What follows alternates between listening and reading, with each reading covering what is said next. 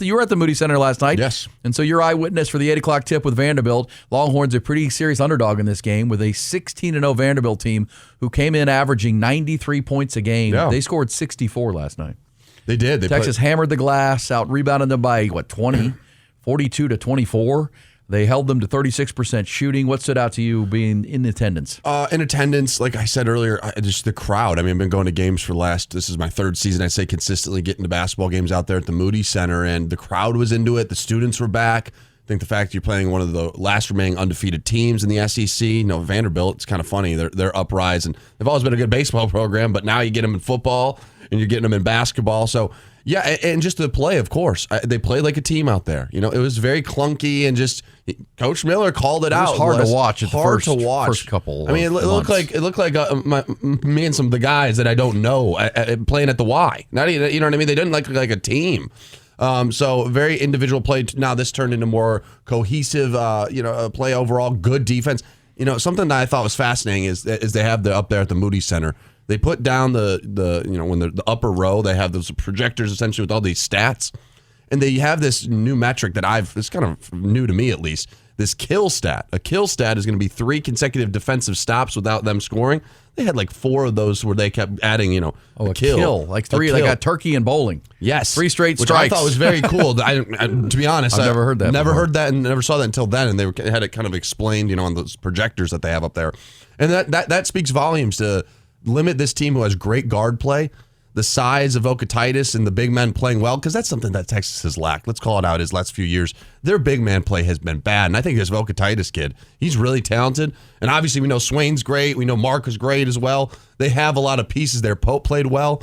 Just play like a team. You got guys that can get you to the tournament and make a run here. You got to remember, and I told you this off the top, that Chris Beard used to talk about this. Time's your enemy, because it's just you don't have enough time and practice time. You're getting to know one another. Brand new coach, staff of coaches, new players, learning each other and their games, and that's still a work in progress. But listen to Coach Sean Miller talking about Matas Vokatitis, the 7-footer. Who's Lithuanian? Well, that's kind of a rare thing in college basketball. To have a big like that's skilled, but very few of those. His problem, his team's trying to figure him out. But I thought he did a great job of working his tail off to get to his spot, and then his teammates got him the ball, so he'd go to work at his spot. And Vanderbilt, I'm sure their coach believes they did a poor job of keeping him off where he wanted to be and pushing him away from the basket. When you get a 7-footer who's getting his position and his teammates are getting it to him, that's where you can get a big night from Vokatitis, who had 22 points. He also made his free throws. Here's Sean Miller after the game. Well, I've talked about that. I think Modest being around him every day is a better free throw shooter than he has shown in games. That's slowly starting to show up.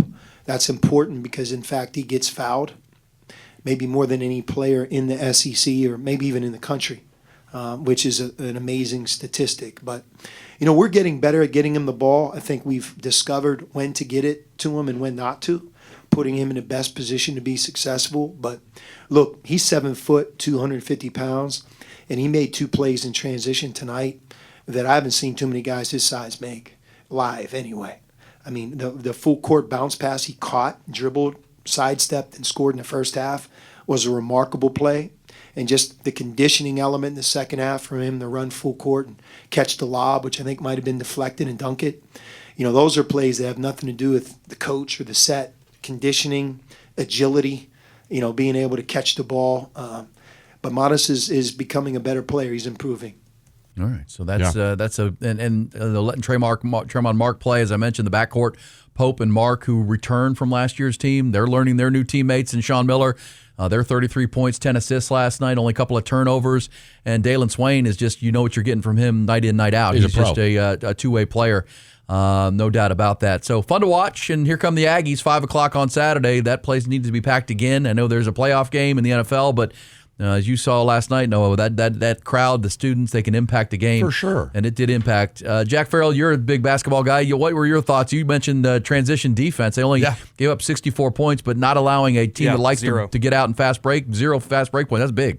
Yeah, that's real big. I thought Texas defended well. I thought they turned a game, a Vanderbilt team that likes to play with pace. They turned it into a half-court game. I think that benefits Texas, a team that runs a lot of offense through a big like Modest Vokatitis. I thought, frankly, they got help from Vanderbilt just not making outside shots. And that's part of basketball. If you're not going to make open looks, then you're probably not going to win games. Tremont Mark was tremendous. Also, Texas dominated in the paint. That's what happens when you turn it into a half-court game. They outscored them 30-14 in the paint. Turnovers remain an issue, but Tremont Mark was excellent, just making everything. That shot clock cheese is Noah and I like to say. Right there, right before the buzzers. He was bailing Texas out big time. They were missing shots, but they also were closing out. There was an effort there on defense. So I guys like Weaver, who's one of the better defensive guards that Texas has, there was just effort that was lacking clearly in these last few games prior to this. It's a fork in the road moment, E. You got to be playing your best basketball. Like you said, time is of the essence here. And if you're playing your best basketball going into February, you're going to have a good shot. That's when you need to get hot. Listen, and I'll give Sean Miller credit. We as a fan base and you as basketball fans out there are learning Sean Miller too. Yeah. And, when he aired his team out after the Tennessee game publicly, he aired them out behind the scenes. But we played that morning after they got embarrassed at Tennessee and several starters got benched. Sean Miller, that's a calculated risk to go with a new team. He had to know, was this the right button to push right now to go? Because we played 4 different cuts of him just airing that team out. Right. And, listening the name of LaMarcus Aldridge and Kevin Durant, the players who played at Texas before you deserve better than that level of effort. He just called them out. And that's, as you said, fork in the road. That's going one way or the other. They're either going to get on board and buy in. Listen to that or not. Or you're going to lose this team completely in year one, and it's going to be a lost season. And credit to him because it's not a lost season now. Now there's something to play for. 2 back-to-back wins over quad 1 teams, top 15 squads, and here come the Aggies before a trip to Kentucky. And I'll play this again for you. The great Bob Knight with the greatest motivator in sports. You can talk about all the motivational speeches and phrases and devices in the world, but the greatest motivator of all is your ass on the bench. There is no better motivator. Ass meets bench. Bench retains ass. Ass transmits signal to brain. Brain transmits signal to body. Body gets ass off bench and plays better. It's a hell of a sequence of things that takes place. Thank you very much. Ass meets bench. Love it. And last night, the belt met ass for Texas totally. over Vanderbilt. All right, also yesterday from Texas football, we mentioned, speaking of the Aggies, how about this? I don't know, this has not happened in the transfer portal era, a player leaving A&M to come to Texas. Has that happened? We've seen guys flip their high school commitment late in the process from A&M, like Anthony Smith and Anthony Hill Jr., but yesterday, word from College Station, a freshman offensive tackle named Jonte Newman. Who Texas and Kyle Flood went after hard out of high school. He's from the Cypress area down in Houston, Bridgeland High. But he committed to the Aggies pretty early in the process. Kyle Flood liked him a lot, and now he's into the portal, and Texas jumped on it. This is essentially replaces Nick Brooks, who left to jump in the portal just this week. That's freshman for freshman, essentially. So Jonte Newman. Also yesterday, we got official word that both defensive tackle Hero Kanu and the junior wide receiver Ryan Wingo, everybody makes their intentions obvious now. They put out a little social media thing, and Wingo and Kanu are coming back. We kind of knew that.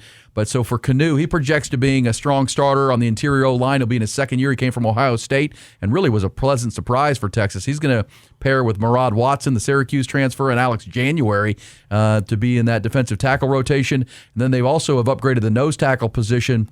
The 2 massive 350, 360-pound nose guards, Ian Jaffrard and Zion Williams from LSU, Jaffrard from Arkansas.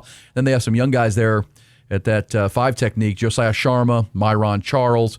There's also the true freshman from Miami, James Johnson. Now, as for Ryan Wingo, we told you, because a lot of people were worried when Cam Coleman committed that Ryan Wingo might jump in the portal. We've told you, Ryan Wingo was recruiting Cam Coleman to come play a part of this receiving corps with Arch Manning. Think about this, Noah. You now have Cam Coleman, Emmett Mosley, and Ryan Wingo. Those 3 players in their careers have combined to catch 252 passes, 3,500 yards, and 31 touchdowns. That's a pretty damn good, experienced receiving corps. Now, next step is offensive line. You replace Nick Brooks with this kid from A&M, the name Jordan Seaton, to be on campus today to visit. Of course, he's the Colorado tackle who we heard in this segment yesterday morning, Jerry Hamilton, saying, remove quarterbacks. Sorry, Cam Coleman. This is the best player that's entered the portal. Yeah. And most important player, not just for Texas, but for anybody. He's a top 5, top 10 kind of draft pick. Jerry compared him to Laramie Tunsil without the pot smoking. Smoking that dope. Well, he's coming from Boulder. I don't know what goes on in his off time. A lot of that, but Jordan Seaton, big-time kid, IMG Academy. It'd be a huge get. That'll be a huge one. And obviously Texas, they have 14 commitments now. That would be a massive 15th. They also have 25 guys who have left the program as far as this roster reallocation. But this is that must-need position. You know, I mean, you need offensive line, especially with the guys that have left. If you can get a guy like that, too, of that caliber, who's going to be possibly a first-round guy, you already have Gooseby coming back. You'd have some talent protecting Arch Manning and getting that offense to stabilize a little bit. All right, so we'll follow that conversation and Texas. And speaking of that conversation, yesterday there was a lot of college football, college athletics conversation going on. An NCAA convention was happening. Yeah. I'm going to tell you coming up in the E-Blast, you know the new head of policing, the CSC, the College Sports Commission, and the NIL deals? He spoke yesterday, interestingly. And, of course, people across the country asking, well, how's Texas getting all this money? How's Texas Tech doing this? Are they paying attention? Well, at least the guy in charge of it, Brian Seeley, who came in from Major League Baseball to run the College Sports Commission, is at least saying we're going to be investigating these deals. We're looking into these deals. And now what can they do about it? We'll find out. We'll talk about that coming up in the E-Blast.